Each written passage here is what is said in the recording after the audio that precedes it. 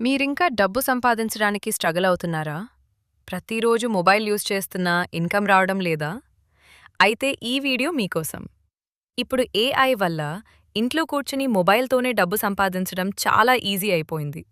ఎలా అంటే, మొదటిగా చాట్‌జీపీటీ ఓపెన్ చేసి కాంటెంట్ క్రియేట్ చేయాలి.